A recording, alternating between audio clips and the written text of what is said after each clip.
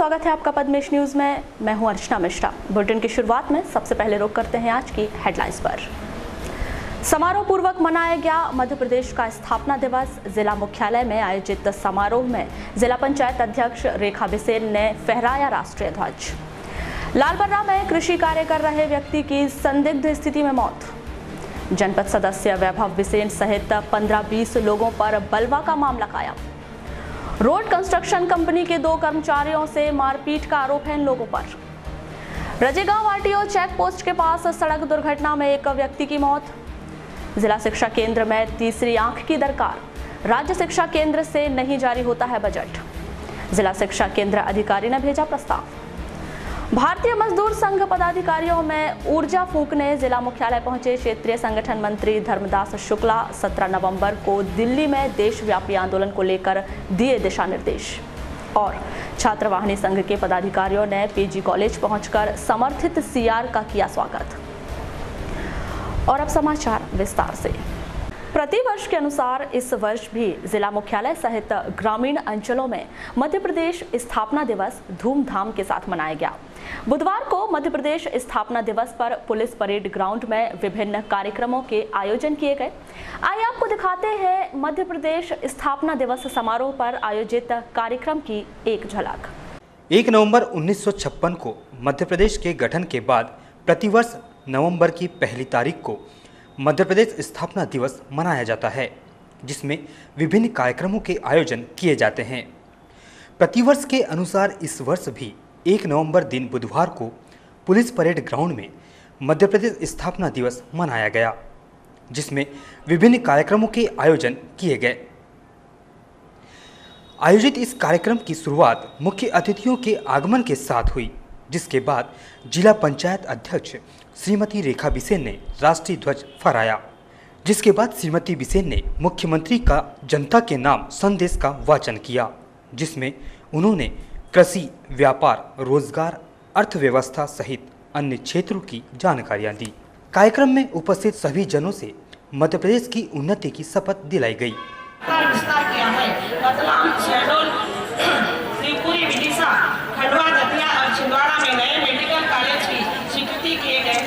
Medical college Bhopal, Gwalior, Indore, Rewa और जबलपुर में MBBS पाठ्यक्रम के लिए सीटों की संख्या बढ़ाई गई है।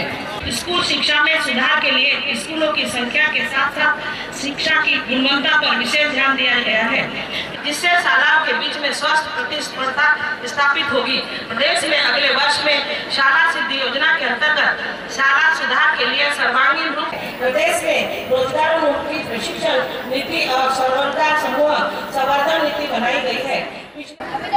मैं सत्यनिष्ठा से यह संकल्प लेती हूँ कि अपने मध्य प्रदेश के सर्वांगीण विकास के लिए अपना सर्वश्रेष्ठ योगदान दूंगी। मैं यहाँ भी प्रतिज्ञा करती हूँ कि समर्पित भाव समृद्ध प्रदेश के निर्माण तथा समाज के सभी वर्गों के लिए कल्याण के लिए निरंतर कार्य करती रहूंगी। शपथ ग्रहण समारोह के बाद पुलिस प्रशासन द्वारा परेड की मनोहर प्रस्तुति दी गई, जिसे देख सभी लोग तालियां बजाते नजर आए। 3 और 3 के कूच कालों में बंद से गुजरेंगे। निकट लाइन चल।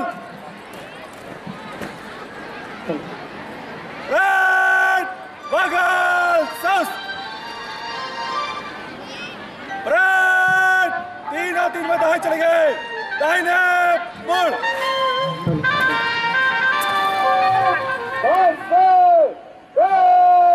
चल।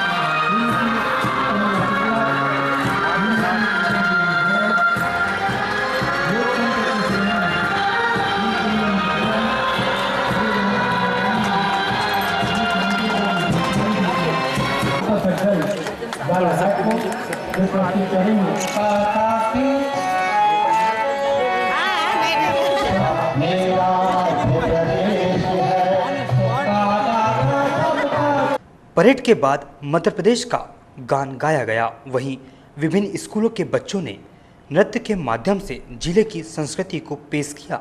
वहीं संगीत में नृत्य की प्रस्तुति देखने को मिली।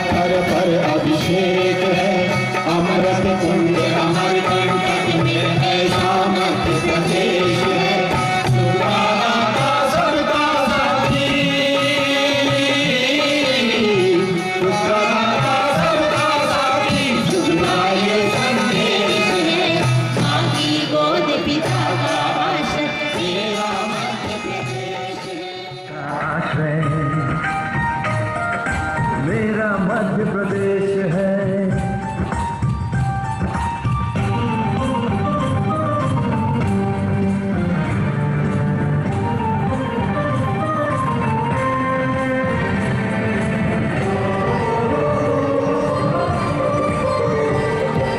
शिप्रा में अमृत घट हल्का मिला कृष्ण को ज्ञान यहाँ, महाकाल को तिलक लगाने मिला हमें वरदान यहाँ।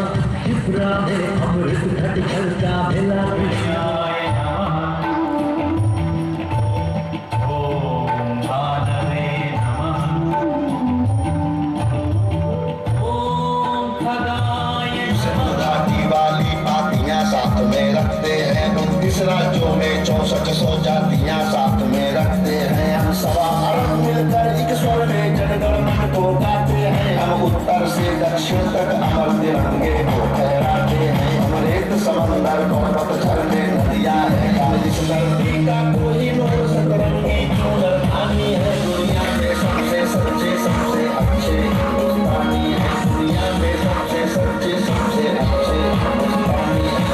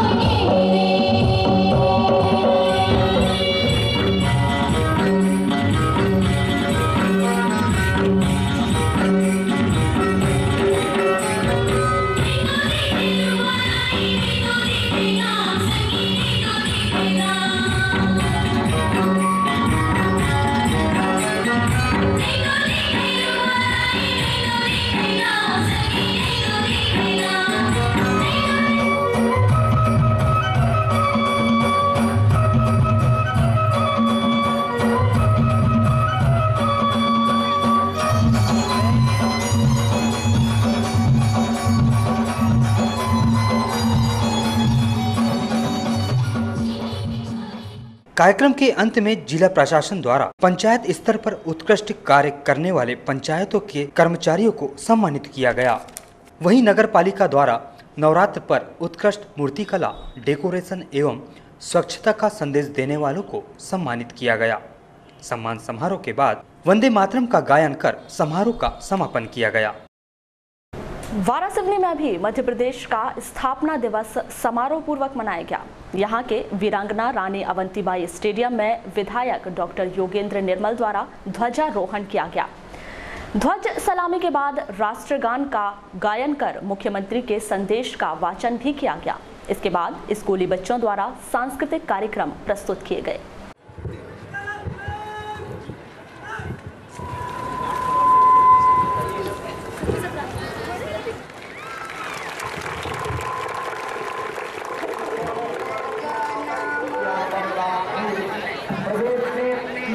तथा समाज समाज के सभी वर्गों के कल्याण के लिए निरंतर कार्य करता रहूंगा।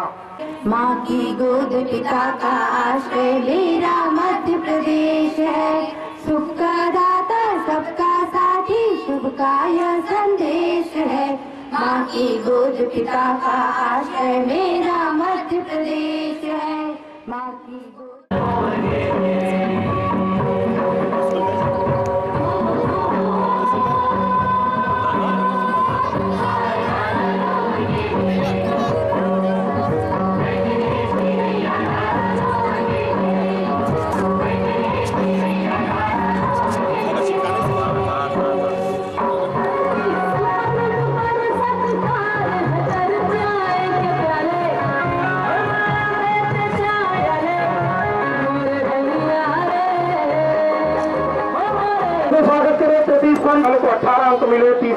लालबर्रा में भी मध्य प्रदेश स्थापना दिवस धूमधाम के साथ मनाया गया, जिसमें जनपद पंचायत लालबर्रा अध्यक्ष श्रीमती किरण मरावी द्वारा राष्ट्रीय ध्वज फहराया गया, जिसके बाद मुख्यमंत्री के संदेश का वाचन किया गया।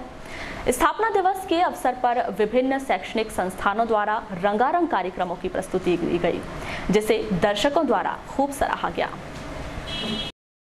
मल तरल अपशिष्ट मुक्त किया जाएगा। शहरी क्षेत्र में आगामी 2 वर्षों में प्रदेश के 40 शहरों में मल तरल अपशिष्ट प्रबंधन कक्षा से लेकर PhD स्तर तक शिक्षा का पूरा खर्च उठाने का जिम्मा सरकार ने लिया है। इन वर्गों के प्रतिभाशाली विद्यार्थियों को विदेशों में अध्ययन की सुविधा के साथ साथ प्रतियोगी परीक्षाओं की तैयारी के लिए देश के प्रतिष्ठित प्रशिक्षण संस्थानों में प्रशिक्षण की व्यवस्था की गई है। अनुसूचित जाति अनुसूचित जनजाति समुदाय के लिए और भी नए कल्याणकारी कार्यक्रम 1500 किलोमीटर सड़कें बनाई गई है। गांव बेहतर ढंग से मुख्य मार्गों से जुड़े, इस हेतु हम सभी गांवों को 12 मासी पक्की सड़कों से जोड़ने की योजना लेकर आए हैं। अगले 2 साल में हर गांव को जोड़ने के लिए मैं श्री BL चौधरी सर प्रधान पाठक उनको यहाँ पर आमंत्रित करता हूँ कि वे हमारे मैं यहाँ पर लालबर्रा वे श्रीमती विदाया संदेश है, माँ की गोद पिता का आश्रय मेरा मध्य प्रदेश है, मेरा मध्य प्रदेश है। शिप्रा में अमृत कलशल का मिला कृष्ण को ये छोटे बच्चे और थोड़ा साइड बैठ जाएं। संवेदनशील स्थिति बताई जा रही है हमारे कलाकारों के द्वारा।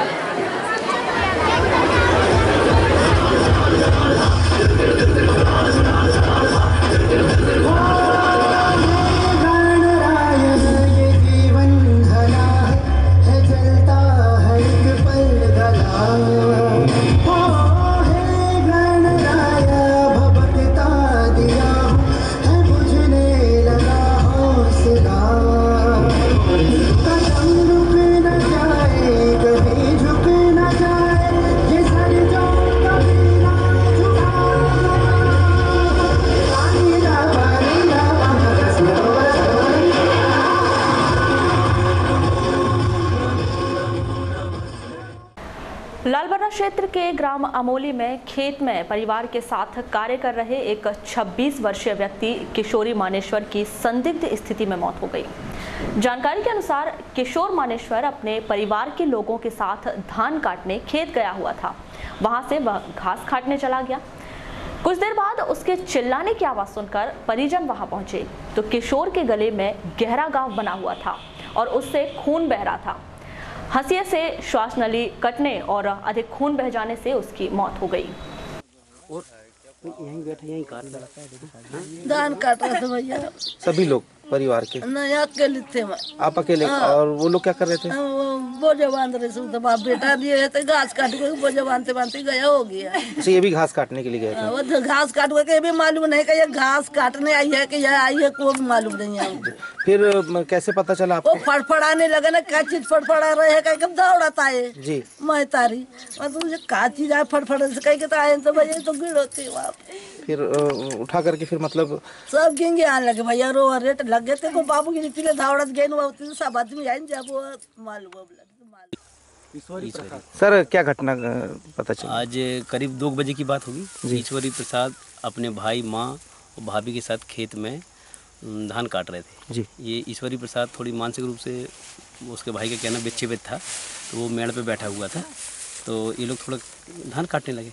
थोड़ी बार देखा, चिल्लाने की आवाज़ आई, देखा तो ईश्वरी प्रसाद अपना हंसी से गला काट रहा था। तो उसको गला से लहू लुहान हो गया, तो उसको इलाज के लिए ले गए। इलाज के दौरान उसकी मृत्यु हुई। तो अभी प्रथम दृष्टया राहुल और उनके परिवारों ने बताया कि उसने स्वयं गला काटकर आत्महत्या की है। इस पर सर क्या कार्रवाई हो रही है आगे? अभी मर्ग कायम हुआ है, इसका अग्रिम कार्रवाई जो आसपास लोग सबसे जांच करके जो भी होगा कार्रवाई होगी। शासन के द्वारा डिजिटल इंडिया के तहत तमाम विभागीय कार्यालयों को हाईटेक किया जा रहा है। जहां एक ओर तमाम विभागीय कार्यालयों की प्रक्रिया को ई प्रणाली से जोड़ा जा रहा है, वहीं प्रदेश के समस्त जिला शिक्षा केंद्रों में मॉनिटरिंग और सुरक्षा के लिहाज से सीसीटीवी कैमरे नहीं लगाए गए हैं। वरिष्ठ अधिकारियों की माने तो राज्य शिक्षा केंद्र के द्वारा सीसीटीवी कैमरे के लिए ना तो कोई निर्देश दिया गया है और ना ही बजट आवंटित किया गया है।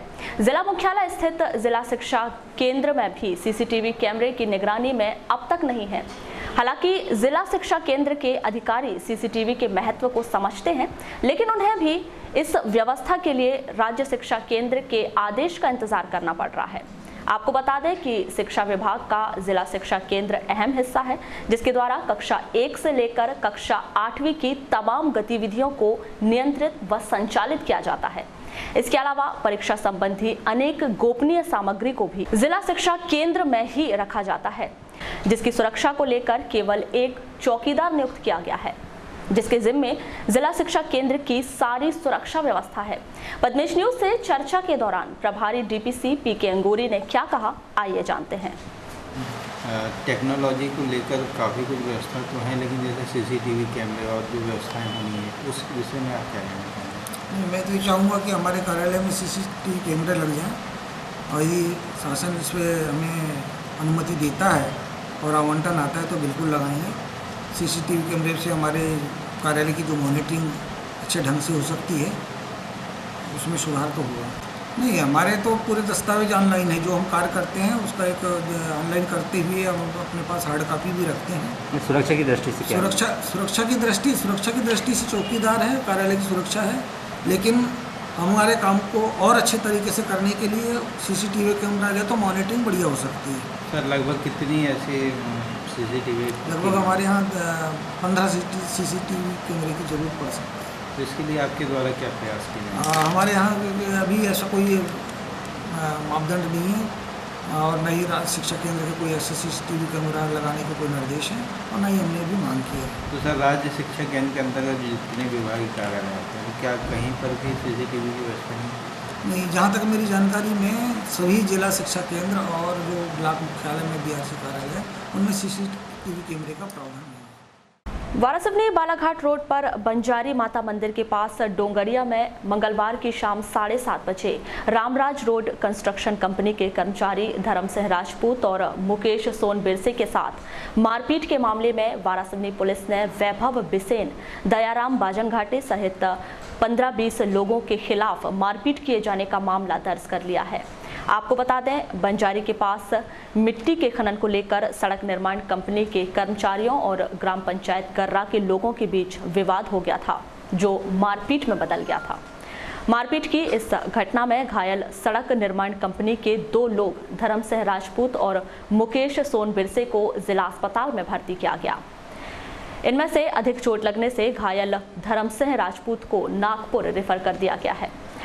इस संबंध में कांग्रेसी नेता और गर्रा निवासी विशाल बिसेन का कहना है कि बालाघाट के ठेकेदारों द्वारा अवैध उत्खनन कराया जा रहा था।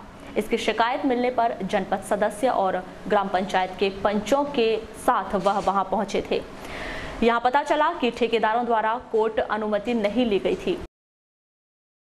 ग्राम पंचायत से लगी हुई है, वहाँ पे कुछ जो ठेकेदार हैं बालाघाट के, उनके द्वारा अवैध उत्खनन कराया जा रहा था, जिसकी शिकायत हमें ग्रामीण जनों द्वारा प्राप्त हुई थी। 1 हफ्ते पूर्व भी मेरे पास शिकायत आई थी, तब मैं स्वयं ग्रामीणों के साथ यहाँ पर आया था, और ठेकेदार के लोग द्वारा मुझे बताया गया है, झूठी खबर मुझे दी गई कि उन्हें जो है परमिशन मिल गई है शासकीय करके, परंतु पिछले 7 दिन से लगातार फिर ग्रामीणों की शिकायत आ रही थी। आज क्षेत्रीय जनपद सदस्य, ग्राम पंचायत के कुछ लोग और हमारे पंचगण यहाँ पर उपस्थित हुए और जब हमने पटवारी और उच्च अधिकारियों से बात की तो उनका कहना है कि उनके द्वारा कोई परमिशन नहीं दी गई है और ये उत्खनन जो अवैध हो रहा है, ग्रामीणों के आपत्ति लेने के बाद में उत्खनन को रुकवा दिया गया था। उसके बाद में हमने जो है जिला पुलिस अधीक्षक, डायरेक्टर माइनिंग भोपाल, जिला खनिज अधिकारी, टीआई वारासुनी और तहसीलदार सबको इत्तला कर दी थी। मौके पर पटवारी आए हैं अभी। वहीं जनपद सदस्य वैभव बिसेन का कहना है कि यहां मशीन से अवैध उत्खनन किया जा रहा है। मुझे अभी ग्रामीणों द्वारा सूचना दी गई और पूर्व सरपंच महोदय बांजन घाटे जी यहाँ पे मौजूद थे। उनके द्वारा बताया गया, विशाल बिसेन जी भी यहाँ पहुँच गए थे, यहाँ अवैध उत्खनन किया जा रहा है जिसकी कोई मतलब परमिशन पंचायत से नहीं ली गई है। और मैं जब पहुँचा तो यहाँ पे काफ़ी ग्रामीण जन आ चुके थे, जैसा कि आप देख रहे हैं सभी ग्रामीण जन मौजूद हैं।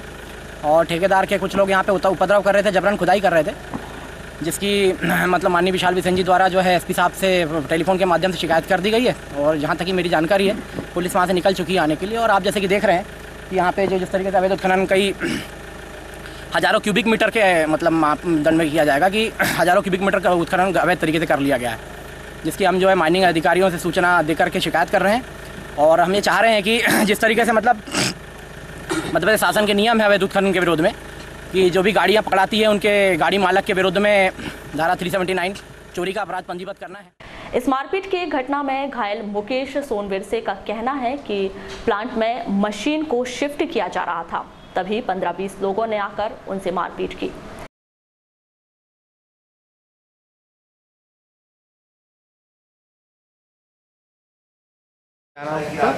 मुकेश सोनविरसे। कहाँ रहते हैं आप? कायदी। अच्छा, क्या हुआ, आप क्यों भर्ती हैं यहाँ पर? हम लोग प्लांट में आज दिन भर लेबरों से काम करवाए, उसके बाद में हमको प्लांट से राठी सर जो है हमारे वहाँ के अधिकारी, उन्होंने खबर भिजवाई कि अपनी मट्टी डल रही है रोडों पे और वहाँ कुछ गांव के लोगों ने रुकवा दी, चलो पटवारी वटवारी को लाइनिंग करवा लो अपनी जो ज़मीन जहाँ से सीमांकित हुई। हम वहाँ जैसे जाके खड़े हुए तो उन लोगों को 15-20 लोग पहले से शराब पी के पड़े हुए, पैसे वैसे छीन छांड किए उन लोगों ने और पिटाई चालू। वहाँ हाइवा और जेसीबी लगी हुई थी। किसके लिए खुदाई चल रही थी? वो रामराज कंपनी के लिए। कहाँ क्या काम मिला है? रोड बन रही है। कहाँ से? गर्रा से मोहाड़ वगैरह तक। कितने लोगों के साथ में मारपीट हुई? वहाँ तो उन लोगों ने पटवारी और भी अधिकारी को मारपीट की, कुछ लोग भग गए मार खा के थोड़ी बहुत। हम दो लोग को बचाने के चक्कर में मेरे को भी बहुत पीटे उन्होंने और पटवारी को भी पीटे, गर्रा पटवारी। क्या वजह से मारपीट की? पैसे चाहिए हमको। वहीं खबर मिलने पर वारासिवनी थाने से जिला अस्पताल पहुंचे प्रधान आरक्षक निखिलेश अग्निहोत्री ने घायलों के बयान दर्ज किए हैं।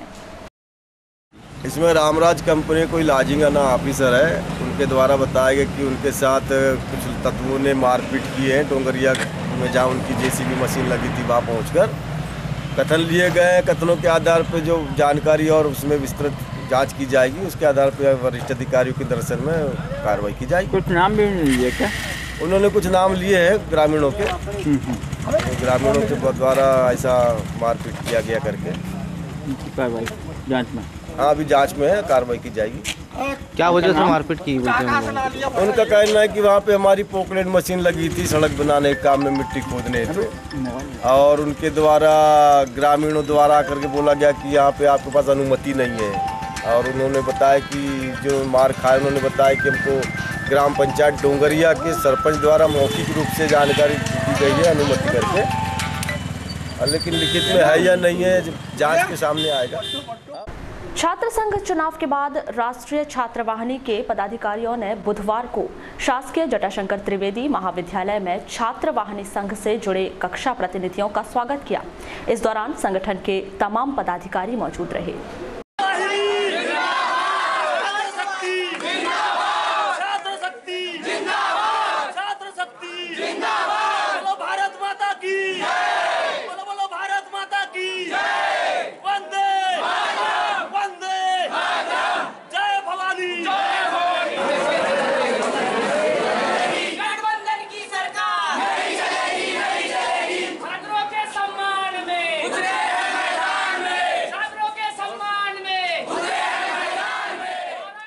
छात्र संघ चुनाव के बाद राष्ट्रीय छात्रवाहिनी के पदाधिकारियों ने बुधवार को शासकीय जटाशंकर त्रिवेदी महाविद्यालय में छात्रवाहिनी संघ से जुड़े कक्षा प्रतिनिधियों का स्वागत किया। इस दौरान संगठन के तमाम पदाधिकारी मौजूद रहे।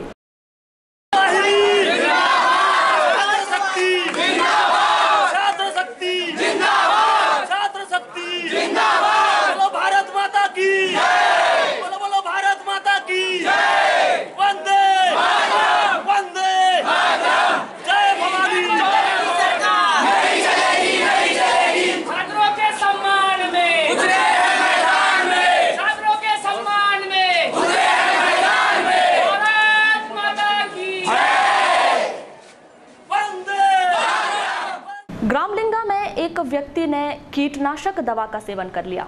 तबीयत बिगड़ने पर 40 वर्षीय रूप कुमार पांचे को जिला अस्पताल में भर्ती किया गया है।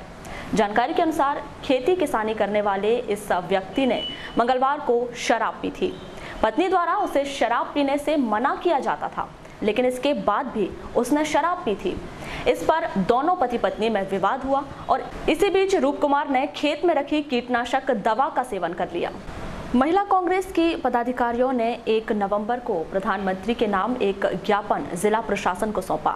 इस ज्ञापन में संसद और राज्य की विधानसभाओं में महिलाओं को 33% आरक्षण दिए जाने की मांग की गई है।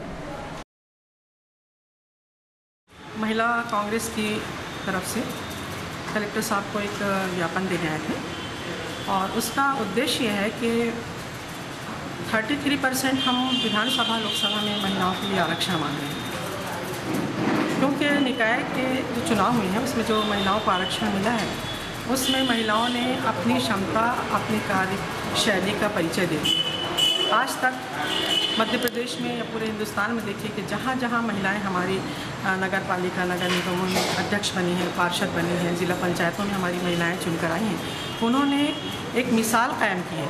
एक इतना अच्छा उदाहरण उन्होंने अपनी कार्यशैली का दिया है। ये जग जाहिर है कि महिलाएं एक पुरुषों के बराबरी पे बहुत अच्छा वर्क कर सकती हैं। तो हमारी नरेंद्र मोदी जी से मांग है, वो हमारे प्रधानमंत्री हैं और हमारी ये मांग है कि हम लोकसभा और विधानसभा में हम महिलाओं को 33% आरक्षण दिया जाए। रजेगांव के आरटीओ चेक पोस्ट के पास एक बाइक चालक की सड़क दुर्घटना में मौत हो गई। जानकारी के अनुसार दासगांव खुर्द निवासी 32 वर्षीय रामकिशोर बिसेन मंगलवार को किसी कार्य से बालाघाट आया था। वापसी में शाम 6:30 बजे आरटीओ चेक पोस्ट के पास किसी वाहन की टक्कर से उसकी मौत हो गई। वारासिवनी में भी 31 अक्टूबर को लौह पुरुष को उनकी जयंती पर याद किया गया। विधायक कार्यालय में आयोजित इस कार्यक्रम में सरदार वल्लभ भाई पटेल के द्वारा देश हित में किए गए कार्यों को याद किया गया।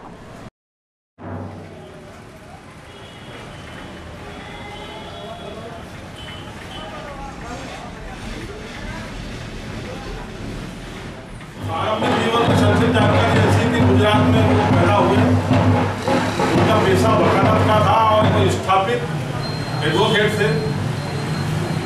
उनके जिंदगी को पढ़ा मैंने तो उसमें एक उदाहरण की कर्तव्य निष्ठा के रूप में जो आया उदाहरण उन्होंने इसमें लिखा हुआ था कि वो कोर्ट में कोई पैरवी कर रहे थे किसी केस के संबंध में और उसी समय उनके असिस्टेंट ने उनको तार ला के दिया जिसमें लिखा था कि उनकी पत्नी की मृत्यु हो गई, परंतु उन्होंने चुपचाप वो तार अपने जेब में रख लिया और 2 घंटे तक बहस करते रहे, क्योंकि उनका कहना था कि मेरे मुवक्किल ने मुझको जिस कार्य के लिए फीस दिया है पहले मैं उस कार्य को पूर्ण करूँ। ऐसे वो कर्तव्यनिष्ठ व्यक्ति थे, जिससे उदाहरण समझ के व्यक्ति का समझ में आता है। महात्मा गांधी के संपर्क में आने के बाद वो राष्ट्रीय आंदोलन में 1917 से जुड़े। पूरे भारतवर्ष में आज अनेक कार्यक्रम हुए। पूरे भारतवर्ष में आज राष्ट्रीय एकता दिवस के रूप में सरदार वल्लभ भाई पटेल की जयंती मनाया। सुबह सुबह जब लोग सोते रहते हैं 6:30 बजे दिल्ली में कार्यक्रम हमारे मोदी जी के नेतृत्व शुरू किया था, रन फॉर यूनिटी। मैं भोपाल से लौट रहा था, मैंने मोबाइल शुरू किया तो लाइव हो रहा था। मोबाइल में मैंने देखा आते आते गोंदिया से रन फॉर यूनिटी कार्यक्रम, लाखों लोग आज एकता दिवस के रूप में राष्ट्रीय आज मनाया। भाइयों, सरदार पटेल जी के बारे में जितना कहा जाए उतना कम है। एक ऐसा व्यक्तित्व था। समनापुर में एक युवक ने चूहा मार दवा का सेवन कर लिया। इस युवक द्वारा काम धंधा नहीं किए जाने पर उसे डांट फटकार लगाई गई थी। तबीयत बिगड़ने पर युवक मनीष लिल्हारे को अस्पताल में भर्ती किया गया। वारासिवनी में आम आदमी पार्टी के कार्यकर्ता द्वारा तहसीलदार को एक ज्ञापन सौंपा गया। लोक निर्माण विभाग के प्रमुख सचिव के नाम सौंपे गए इस ज्ञापन में गर्रा से मोवाड़ मार्ग का निर्माण शीघ्र कराए जाने की मांग की गई है। आया है नौकरशाही भारत माता की जय। ये लगी ठेकेदार ने काम को जो है पेटी पेटी में लोगों को दे दिया है और वो पेटी वालों को पेमेंट नहीं कर रहा है। वहाँ से डामरीकरण हो जाए, डस्ट ना उड़े, बाकी जगह धीरे धीरे बन जाए कम से कम। ये जैसे इन्होंने सरणी का कार्य शुरू कर गए उनकी मदद से शुरू कर दें सर। और इधर से रोड पे इतने गड्ढे हैं, कई वर्षों से हम देख रहे हैं, यहाँ से आने जाने में दूभर हो जाता है। रोज छात्र छात्राएं आम जनता यहाँ से गुजरती है, लेकिन इन गड्ढों के कारण कई एक्सीडेंट हो रहे, कई काल के गाल में समा गए। तो मैं ये चाहता हूँ सर आपसे। मैं अब्दुल सादिक कुरैशी, वाराणसी विधानसभा प्रभारी, आम आदमी पार्टी। प्रमुख क्या मांगे हैं आप लोगों की?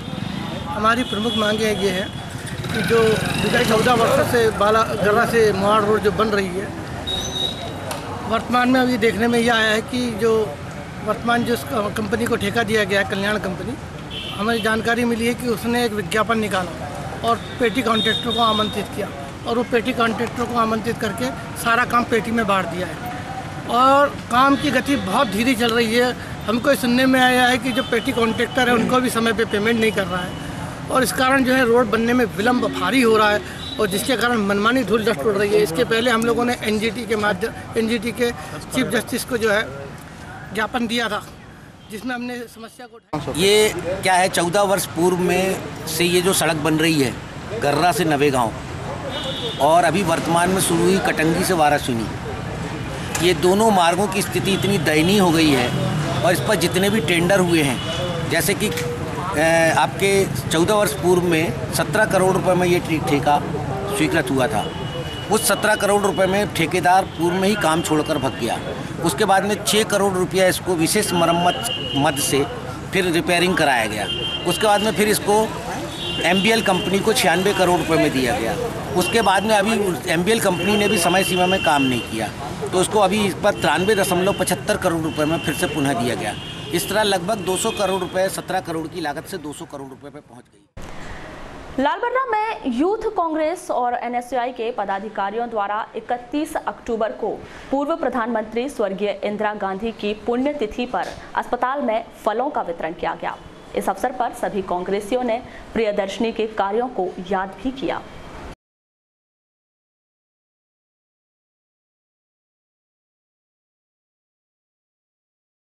क्या कार्यक्रम करवाया गया है? आज इंदिरा गांधी जी की पुण्यतिथि के उपलक्ष्य में लालबर्रा हॉस्पिटल में मैं और मेरे युवा साथियों के द्वारा हॉस्पिटल में फल वितरण का कार्यक्रम करवाया गया है। जी। श्रमिकों की मांगों को लेकर काफी वर्षों से संघर्ष कर रहे भारतीय मजदूर संघ अब 17 नवंबर को दिल्ली में विशाल आंदोलन करने जा रहे हैं। इस आंदोलन को सफल बनाने और संगठन पदाधिकारियों में ऊर्जा का संचार करने बुधवार को संघ के क्षेत्रीय संगठन मंत्री धर्मदास शुक्ला बालाघाट पहुंचे और उन्होंने बूढ़ी स्थित कर्मचारी भवन में बैठक लेकर सभी को एकजुट करने का प्रयास किया। आयोजित बैठक में बहुत ही कम संख्या में संघ से जुड़े पदाधिकारी पहुंचे। चर्चा के दौरान संघ के क्षेत्रीय संगठन मंत्री श्री शुक्ला ने बताया कि श्रमिकों की विभिन्न मांगों को लेकर दिल्ली में 17 नवंबर को 5 लाख से अधिक श्रमिक जुड़ रहे हैं। वहीं बालाघाट से 5000 श्रमिक इस आंदोलन में हिस्सा लेंगे। काफी वर्षों से PWD के क्वार्टर में संचालित हो रही बैठक के संबंध में क्षेत्रीय संगठन मंत्री श्री शुक्ला ने क्या कहा, आइए जानते हैं। इस बैठक के दौरान संघ के तमाम पदाधिकारी मौजूद रहे। को दिल्ली में मजदूरों की समस्याओं को लेकर के एक बड़ा प्रदर्शन किया जा रहा है, जिसमें देश के लगभग 5 लाख मजदूर शामिल होंगे। इसी कड़ी में मध्य प्रदेश से भी लगभग 25,000 मजदूर जो है दिल्ली रैली में भाग लेंगे। यहाँ से भी छिंदवाड़ा से भी बालाघाट से भी लगभग 5,000 मजदूर भाग लेंगे, जिसमें उनकी मुख्य मांगें हैं पूंजी विनिवेश जो है सार्वजनिक क्षेत्रों का पूंजी विनिवेश, खुला पूंजी विनिवेश को रद्द किया जाए, समान कार्य का समान वेतन दिया जाए और समस्त आंगनबाड़ी कार्यकर्ताओं को स्थायी किया जाए और सभी प्रकार के असंगठित क्षेत्र के मजदूरों को सामाजिक सुरक्षा और उनका न्यूनतम वेतन 18,000 रुपया प्रति माह किया जाएगा। इस मांग को लेकर के दिल्ली में 17 नवंबर को बड़ी संख्या में वहाँ प्रदर्शन किया जाएगा। यहाँ पर जो है संगठन की जितनी भी मीटिंगें होती है उनका खुद का भवन नहीं है, क्या महसूस किया यहाँ पर? नहीं, वो करेंगे, बैठक में निर्णय लेंगे, वो तो उनको करना, जिले के लोगों को विचार करेंगे, वो उनका विषय है, विचार करेंगे, बनाएंगे। लालबर्रा क्षेत्र के ग्राम खुरपुड़ी में माहू नामक बीमारी से फसल बर्बाद हो गई है। यहाँ के किसानों ने फसलों का सर्वे करवाकर मुआवजे की मांग को लेकर तहसीलदार को ज्ञापन सौंपा है। ग्राम के सरपंच स्वप्निल शर्मा द्वारा भी फसल बीमा योजना से लाभ दिलवाने की मांग की गई है। 15 दिन हो गए कि पूरे गांव में? पूरे गांव में कि आसपास भी पूरा? अरे हम तो अपने गांव की बता रहे हैं ना, आसपास की तो आसपास वाले बताएंगे जी। उधर भी है सब चारों तरफ। तो कुछ भी धान नहीं हुई किसानों को? अब क्या, ये तो दिख रही है ना क्या होना है। पशुओं के लिए पैरा भी नहीं होगा। कोई आए थे शासन प्रशासन से सर्वे वगैरह करने के लिए, कुछ जांच करने के लिए कि मुआवजा मिल जाए किसानों को? नहीं आए अभी तक तो कोई। कितनी क्या क्या आस है किसानों को धान से जो अभी होने वाली है? कुछ भी फसल नहीं हो पाएगी, परिवार को नहीं पाल सकते, ये हालत है। नहीं और भी भाई किसान तो पूरी तरह से फसल पे ही आश्रित है ना। हाँ। तो और भी जैसे जो सोच के रखा होगा उन्होंने कि भाई कोई कुछ बनाएगा, कोई ट्रैक्टर लाएगा, कोई गाड़ी लाएगा, कोई मशीन लाएगा, तो क्या हो पाएगा अब किसानों को? कुछ नहीं हो पाएगा। बालाघाट जिले में सभी ब्लॉकों में इस बार लालबर्रा विकासखंड में बहुत अच्छी बारिश हुई थी, जिसके कारण में फसल बहुत बढ़िया फसल थी। आज के 15-20 दिनों पहले ऐसे लग रही थी कि इस साल बहुत ही अच्छी फसल होगी जी, लेकिन 15-20 दिनों से ये माहू कीट के प्रकोप के कारण में पूरी फसल बर्बाद हो चुकी है। लगभग हर किसान परेशान है।